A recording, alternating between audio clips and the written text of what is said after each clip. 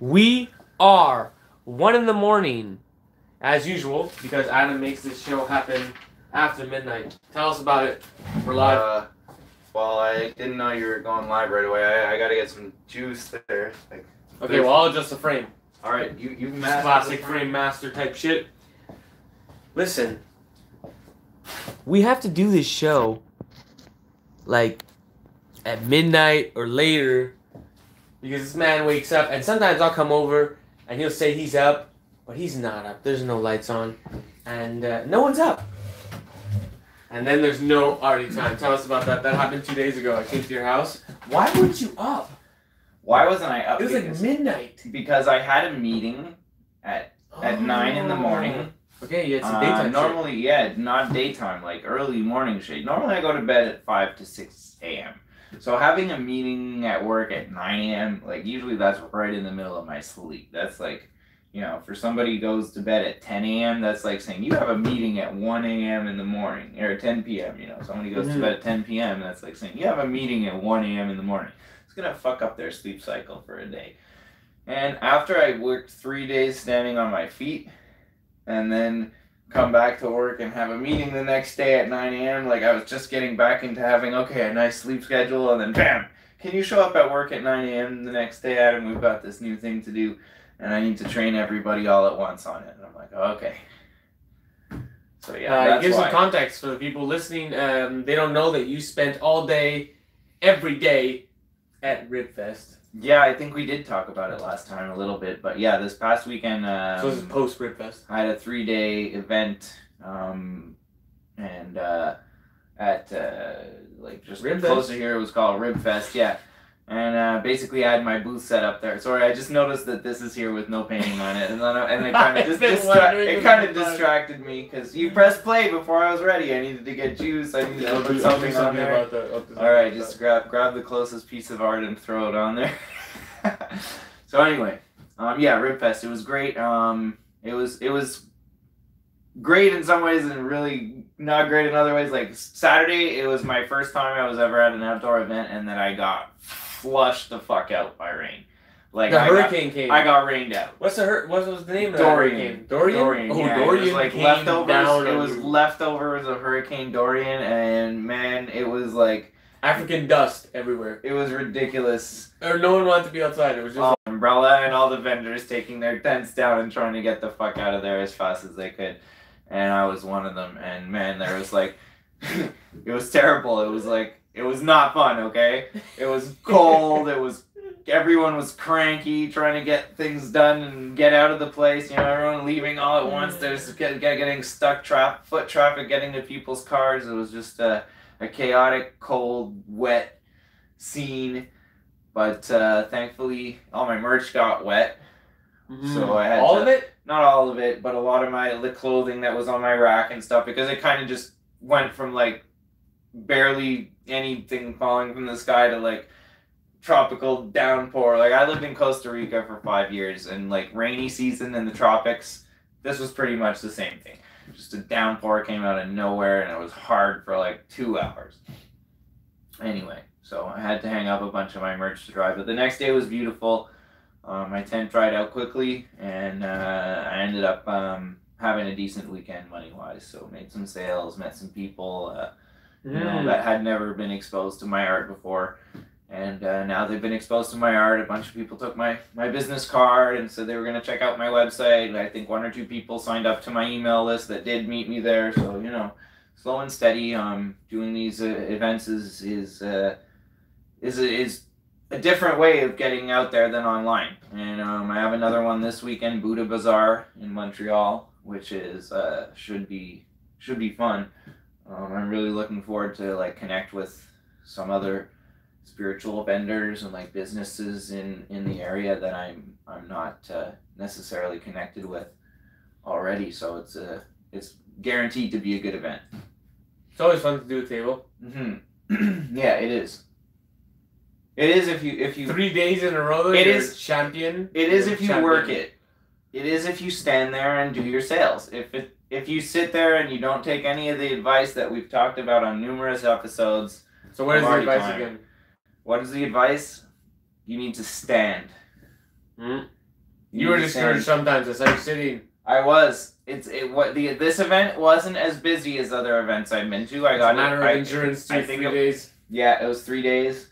3 days standing on your feet for 12 hours a day, no matter who you are. That's a lot of standing on your feet and talking to people. And but whether you've been standing on your feet for 1 hour and it's the first day, or you've been standing on your feet for 11 hours and it's the third day, you still got to come at everyone who comes to your table with that enthusiasm, like it's the first time maybe they've seen your art and you want to tell your story with a smile on your face. And so that's important, is getting yourself into like that mode where your customer service face is on, and you're, you know, when people ask you how you're doing, you don't say, oh, it rained all day yesterday and it was garbage and you should have seen it, and this asshole next to me, you know, he took too long packing his tent up. Like, that's not going to help you make sales. Like, if somebody asks you how you're doing, you got to say, great, I'm having a really nice time meeting a bunch of new people. What's your name? And, like, now you have a conversation going. And then they'll tell you who they are and say something back to them and introduce yourself and say, I'm a local artist, and this is what I do, you know, this, etc., etc. And you don't talk about the weather? No, well, I mean, you can talk about the weather if it's something, like, that's positive, but, I mean, you know. Like, revolutionary. They're not talking about the weather. Well, we have mentioned talking about the weather in other episodes. Like, in this scenario, if you're at a springtime craft fair and it's like beautiful and everyone's cooped up inside all winter, then of course you could say, hey, aren't you enjoying this beautiful day? Come on over here and check out my art. I'm an artist. What's your name? And what I've noticed too is that the weather is conducive to sales. Yeah, definitely. It was a little bit cold. It was probably, you know, I don't know in Fahrenheit. I'm Canadian. Sorry, we use these weird Celsius degrees. It was probably like, I don't know, 12 degrees. Well, people were wearing hoodies. Everyone was in hoodies, jackets. People who weren't were cold. So you weren't getting their money. Yeah, like no one was like this. The other event I did like this was in the springtime, and like a lot of people were drinking and having a good time, and like, you know, out in the sun and enjoying summer, nice weather. It's probably the same temperature, but they're in shorts. It's a different, like. No, I definitely wasn't the same temperature. It was warm on in June. Yeah. Ah yes, Rib Fest, the other Rib Fest. The other Rib Fest. I joined you in that one. It was good. It was fun. Good old-fashioned community fun where you stand next to your tent and you just say hi to people that come by. That's literally the whole shtick. You say hi. And then they look at something and you go, that? About that. Yeah. And having things in different price points is important too. I think it's important to have things in the like $5, $10, $20 price range. Oh, I've seen you do that to people too this weekend, where you're like, oh yeah, those pens, they're $5. You can support me. And then he goes off to another person, and that person comes back later with $5 and converts. Pens, I'm telling you. Because they actually do feel like he is the person to support, and they come back with $5. I don't know what that woman did. If she went and got it out of her purse somewhere. I don't remember which woman you're talking to. After 3, you were there for like 45 minutes. I was there for like 3 days. So I don't remember every single woman that came to my I sold some pens. I sold some pens. Oh yeah, you sold some of my pens while I went to the washroom or something. Yeah. Yeah, that was awesome. Sold some pens. Yeah, I gave you a little code those too. Yeah. There's black, there's blue. That's right. I'll buy the blue. Alright, great. No, pen, I strongly recommend it. If your art even remotely looks good on a pen, put it on a pen. Everybody loves the pens. Because they're easy. People use them. They pick them up, they write with them. Bro, when I fill out my forms to ship, I use your pen. And if I pick up another pen, I'm like, what is this pen? It's garbage. My pens are nice. My pens are good. I just use your pens to fill out the forms. I literally had one guy who filled out perfectly with a small amount of ink. I had this guy, Roy. He was 91. He came by my table. And you remember Roy, eh? Roy came by my table and he bought 2 of my black ink pens. And he came back the next day and he said, Adam, these are such good pens that I want 2 of the blue ones too. And he bought 2 more pens. 2 days in a row, same guy, pens. That's all he bought from me was pens. But my pens have a great profit margin. And listen, people remember me as the pen guy, and then like they tell their friends, go see Adam and buy pens. People buy 5 pens at a time from me. It's amazing. I literally sell like hundreds and hundreds of pens. I've gone through 700 pens so far. And people remember me for that. And it brings them back to my table to look at other things. And then when it's like maybe at Ribfest they're buying pens. But then at the arts and crafts show that I'm going to do closer to Christmas, they're going to come buy something more expensive for Christmas. You know, they're going to buy a sweater. They're going to buy maybe an original painting. They're going to buy maybe... Of course, you're like, look at this guy. He makes the best pens. Mm-hmm. What don't you understand right now? Exactly. But they know I make more than pens. And you make good pens, though. The pens are good, yes. They are. And I don't even sell them online. And I've sold 700 of them. I don't sell them online because they're just too expensive. Well, they're just too expensive to ship. You know, I'd end up charging people like $3 a pen to ship them on top of like $3 a pen. You know, so it just wouldn't work. I think I've personally seen you sell more pens than anything else. Yeah, no, I've seen countless times I've seen you sell pens. And I sold your pens. Mm-hmm. Clean up on that pen. Everyone uses pens. Now the trick to selling pens is having a little scratch pad that says, please try a pen. And then you can point at it. And once somebody has it in their hand and they've tried the pen, it's very unlikely that they're going to put it back without buying one. Sometimes they do, but most often, once they have the pen in their hand, they buy a pen. Yeah, but I didn't use that technique. Mm-hmm. But you only sold 2 pens. I was just there for 5 seconds. Yeah, I know, and these pens sell themselves because I had the scratch pad in front of the pen. You did not use it. You did not use it. I gave the whole, there's a black and a blue one. Awesome. And it was like, cool. Oh, no, I think I sold him in the sense that, like, I felt his budget. He's going nowhere. Oh, is that it? If you support us, there's just these pens. And I was like, and then his girlfriend was like, nudged him a bit, and he's like, yeah, okay, cool. He gave the whole, yeah. It was one of those little, like, the guilt speech. The guilt. Got him in societal. That happens sometimes. That'll happen your girlfriend. Come on. That'll happen too, because sometimes I'll talk to somebody and they'll spend like 5 minutes listening to what I'm talking about, my art and my story, and how art helps me stay sober from, you know, the alcohol and whatever. And it's like, you know, they get inspired by it. And then they're kind of like in a rush maybe, or like, you know, they're just came to see what was happening and they don't have anything to carry anything, or like they might not really like my art that much, but they like the fact, like the interaction we just had. And pretty often people may leave me a donation. You know, they'll give me $5. They'll give me $2. One guy gave me $30 this week. He was somebody who was looking at buying something, and he was also had another booth there. It's like magic. Like all these things happened while I was there. Everything you're talking about, I was there. He had another booth there, and like, go get that guy. Yeah, so go get that guy. You tell him right now. So anyway, he decided he changed his mind about buying something, but he's like, look, I want to show I'm a supporter of your arts and the arts. So like, we shook him down. He donated me $30. So we shook him down. Know, like I'm not gonna say no to that.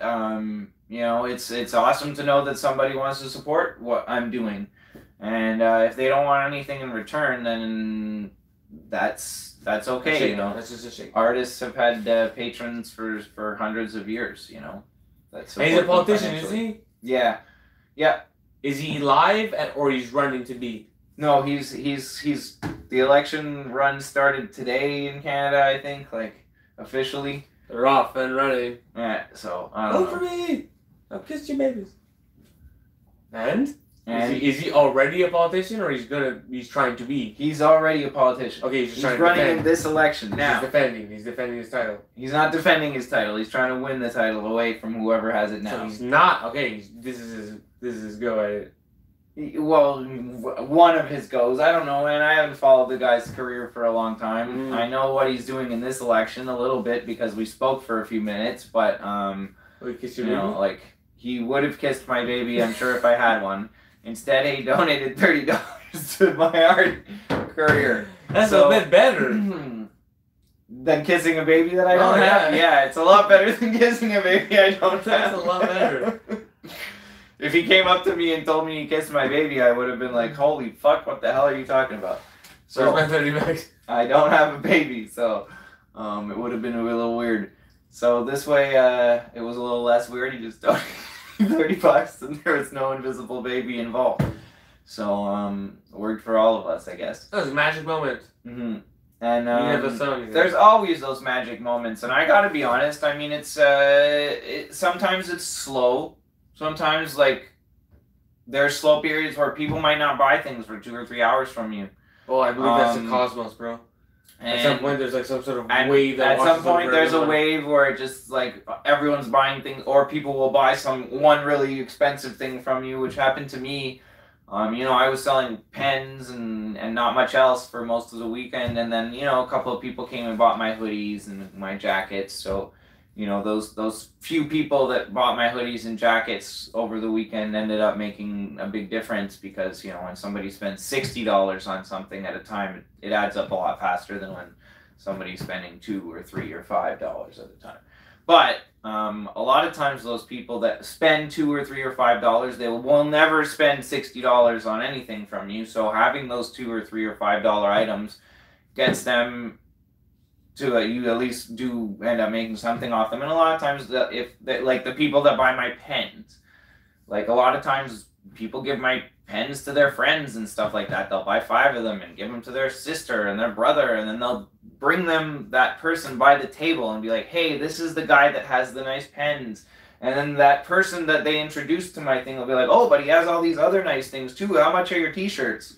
You know, and then I sell a t-shirt to the guy that likes my nice pens. So, like, you're the pen guy. That's what the whole thing is. Yeah, you're just writing the path, leading them right back to you. The pen guy. Mm-hmm. No, I was blown away by first of all the amount of pens you've had and the amount of pens that you've sold, and I've seen it. Mm-hmm. I've seen the magic. And I've been telling you to put your stuff on pens for a long time. Yeah, but I feel like everyone's gonna find their own pen.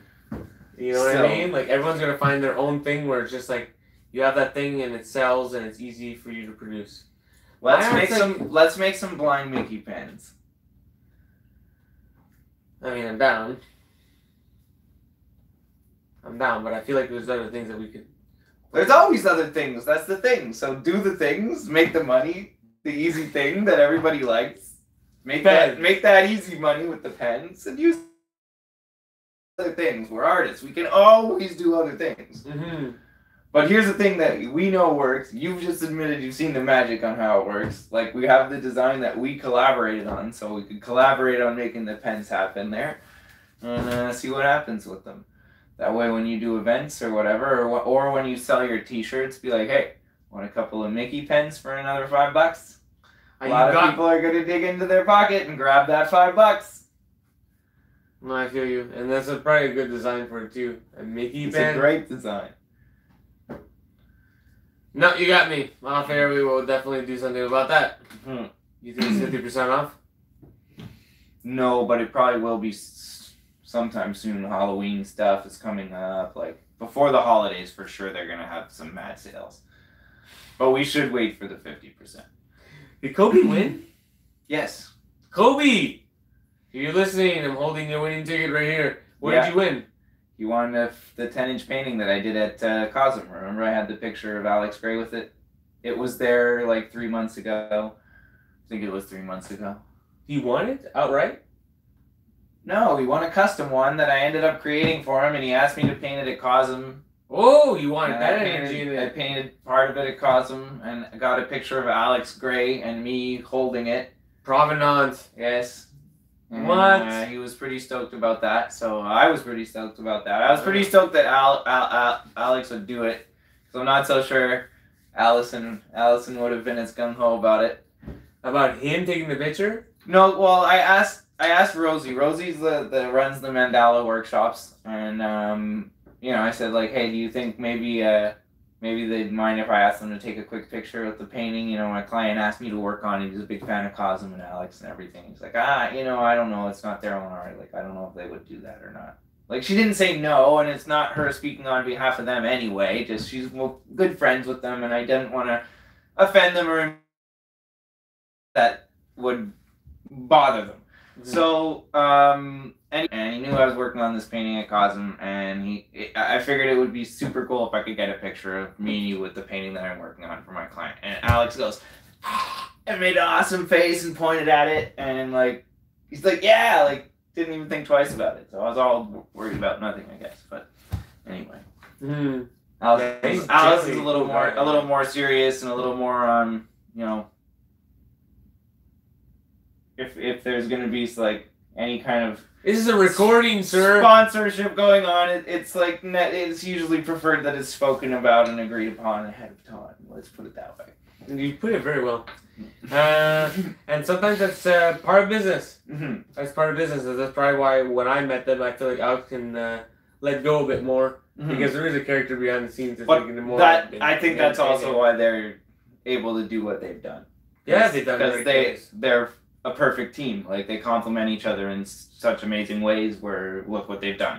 You know, neither of them could have done that on their own, I don't think. I think if you're building like a temple like that, like a castle, it takes a king needs a queen, and you know, in that case they're the perfect visionary art kings and queens, you know. So many people in this. I mean, there's like look up to them and they for good literally reason. have like employees there, right? Yes, of course. On their compound. Oh my god. Of course. They're washing the bathrooms? Yeah, I'm sure. Oh my god, can you imagine? You're such a profound artist that the people are washing your bathrooms and some of them are interns. I don't even know your name. I forgot you've never been to Cosmo. Why haven't you washed my bathroom? If you're watching our podcast and you're not aware of who Alex and Allison Gray are, Google it. They have interns washing their bathrooms. What Cosm is. Cosm is Chapel of the Sacred Mirrors. It's a really amazing place. Basically, it's where they showcase their art, and they also run all kinds of workshops there that have to do with art and sustainable living and music and the gardening, things like that. It's a really inspiring place. A lot of people from all over the world, known in like Graham Hancock and the Van Tool and you know, the Dennis McKenna, people in the psychedelic research scene, all kinds of people go there, and it's just it's full of positive energy, and it's an inspiration for me. We've spoken about it. I remember at the episode where we were at Chris Dyer's, and we mentioned that like building a temple with our art is like one of our goals that we all have or had anyway. It's still definitely one of my goals, and a big like something to look up towards like emulating is what they've done. So it's you know, it's all part and parcel of what I really want to accomplish with my art, is just a place where people can gather and feel safe and feel like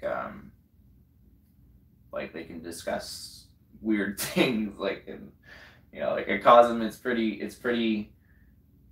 pretty obvious that people that are there, their guard is down, and they just because of where they are and what's going on, a lot of like, they just feel comfortable talking about weird experiences that you're pretty sure if you ran into this person at the bus stop, they wouldn't be having this conversation with you. But if you ran into them at the cafeteria at Cosm and they're talking about the afterlife and spirituality and sacred geometry and aliens and psychedelics and stuff like that, like it's an awesome place. I'm trying to have a coffee here, bud.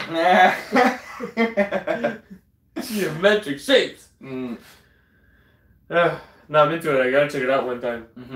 I'm just gonna make jokes about it, but I'm definitely into it. We should go sometime. I mean, from a perspective of having a viewpoint of what one of like a very successful artist can accomplish. Of course, that's why I'm making jokes about the whole slave thing with the cleaning the bathrooms. That's unreal. Well, I mean, they're so popular that they attract a lot of volunteers even. Every time I've gone there, they have quite a few volunteers on staff, people who work in the kitchen and, you know, wash the dishes and stuff like that. And they genuinely want to be there. They want to experience all the cool people who come through there. Because when you're a volunteer, you know, you often get, you know, access to some of the events and stuff. If you're not working at that specific event, you know, you just get to meet all the cool people who come through there and be part of that whole environment for a while.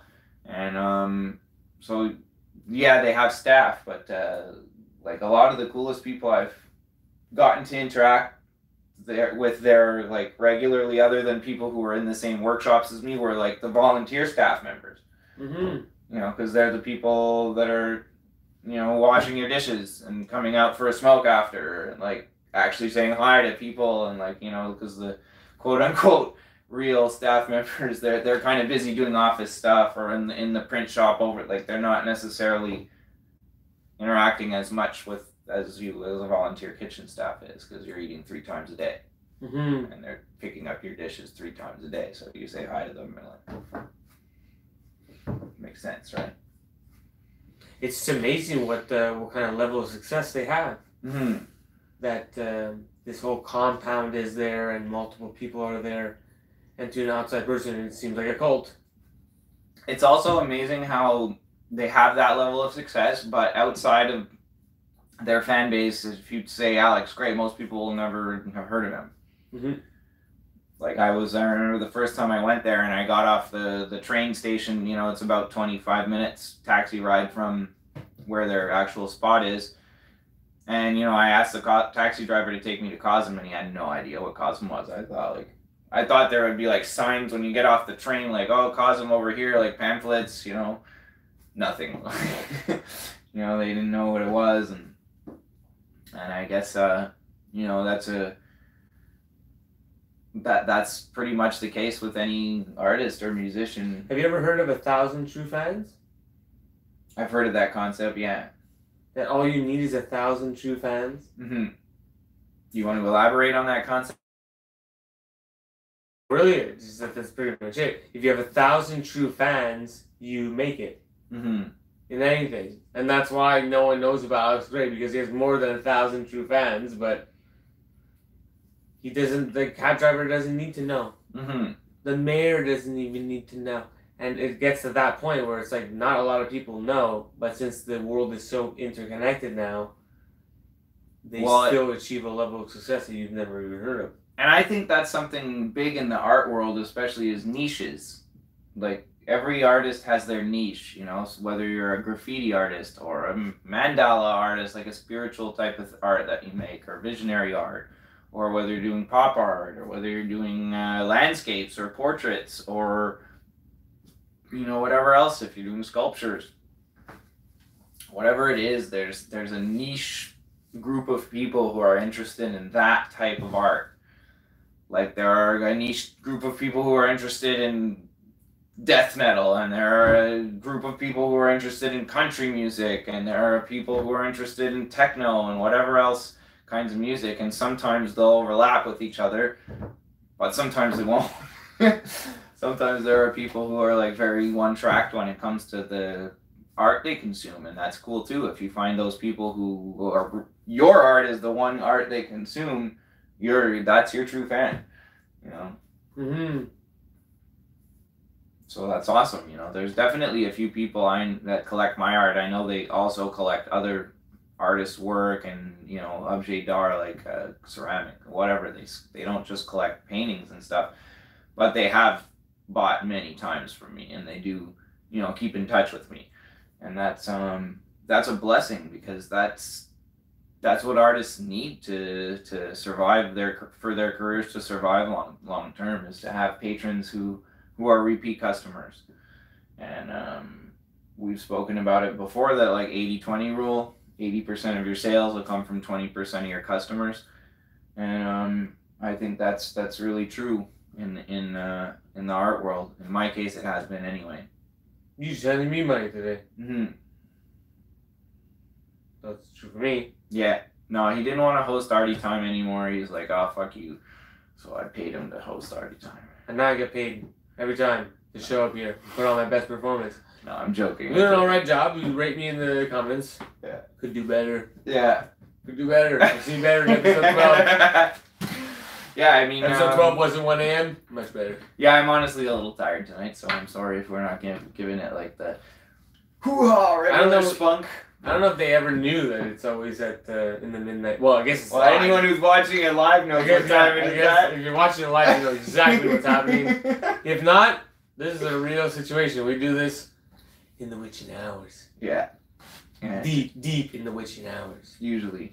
Mm-hmm. Yeah, we should do an afternoon episode sometime on the weekend, or like from a vending event. We should do one time. No, next time we have an event where we're both there, and we have Wi-Fi. But last time the wind was so bad. I thought about it when we were at Rimfest. No, wind was so bad. Well, it's winter coming up. Well, probably the next time we're both in an event, it'll be indoors. We need like lapel mics and not live.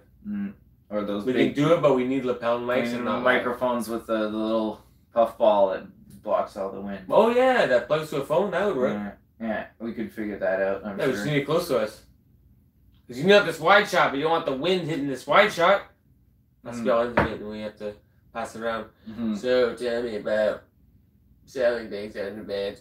I'm asking you. Well, I think it would be cool because we could literally sell things live. Yeah, we could harass people live. Live, exactly. Yeah, it would be amazing. Yeah, and we could get people's reactions. I think it would be pretty interesting. Episode. I think it would draw a lot of. There's so many other podcasts out there that are about technique of how to paint or how to draw. If we actually showed like, fuck live painting, let's show some live selling. I think that would be a really cool episode of Arty Time. Art selling, yeah. Yeah.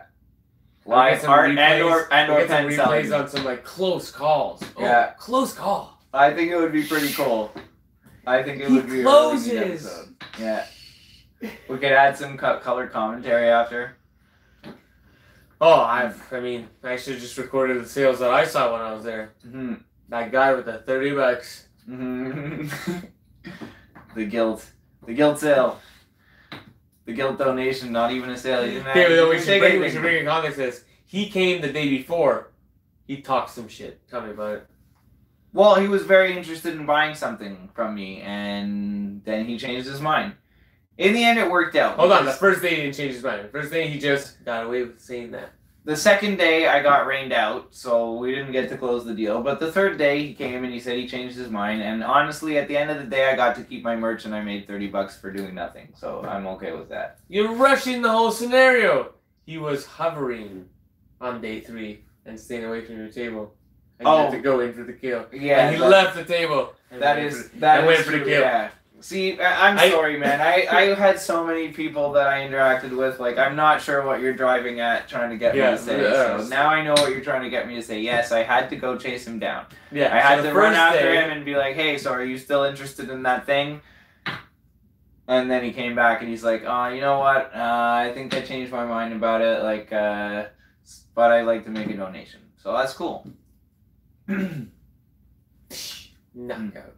It was such a good move. So basically, he came and he talked some smack the first day and said, "Oh, I'm really interested in this. If you potentially bring this the next day," and he made you bring the painting the next day. He had all this shit where you brought the painting the next day, thinking there was going to be a sale. Yes, again, it turned out that day. Oh yeah. The next I forgot about that. I forgot about that. He made you bring a painting. See, because like all those were like things that were annoying and negative, and I just put all of that out of my mind and like, yeah, I made it. I had a good weekend. I made some money. No, because when I showed up the next day, you're like, "There's that guy. He told me to bring the painting." And you and eyeball him, and he stuck up close to the table. And I was like, "Go get him." Yeah, so sometimes in these situations, if the person said anything that's close to it, you should bring up the conversation again to them. Don't be shy. Yeah, if you're wrong with it. There's nothing wrong with it. You're there at a table. If you're at an event and somebody on the first, like it's a multiple day event, or they come in the morning and they're like, I'll be back this afternoon, I'm interested in this, and they come back this afternoon and they walk by your table without making eye contact, say, hey, remember this? You still interested? Sometimes they'll turn into sales and they'll be like, oh yeah, I forgot. Thanks for yelling my name, or whatever. Oh, you could convert. It's it's and a sometimes it's a bold move. Sometimes they literally did forget. Sometimes sure. No, I've worked sales long enough to know that sometimes people genuinely forget, and I've done it to people many times myself. Where I like genuinely want to support somebody, but I'm fucking hungry and I'm going to get my lunch, and I'll be like, I'll come back on my way from after I'm done eating.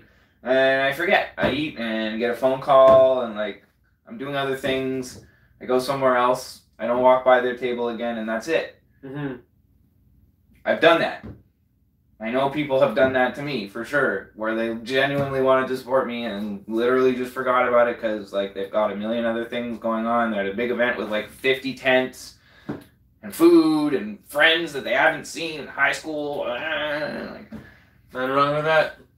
so, you know, I don't know. I like to give people the benefit of the doubt, but again, like you said, chase them down and be like, hey, you still interested in that thing that you were so interested in? Because I still have that thing waiting for you. I kept it aside for you because I know you were so interested in it. So, like, I love it. Yeah. I love it. In person, it's a lot funner. You have to take our word for it. It's a lot funner when you have a table. There's no shame. You're there with your table. Mm-hmm. It's all fair game. Yeah, exactly. No, and you're standing in this confines at this fucking carnival. Yeah, wherever it is, if it's a Buddha Bazaar or if it's a Rib Fest, you're still got to be behind your table, standing there and talking to people, making the first move.